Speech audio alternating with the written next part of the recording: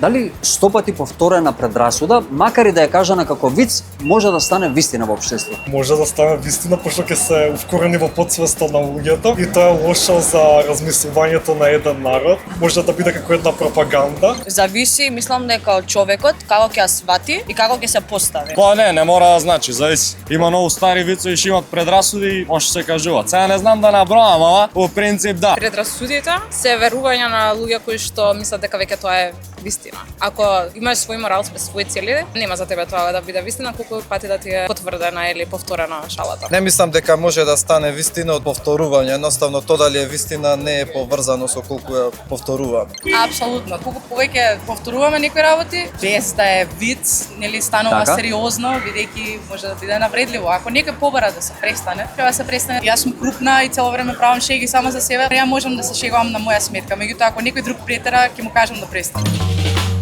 Внимание, зборуваат граѓаните!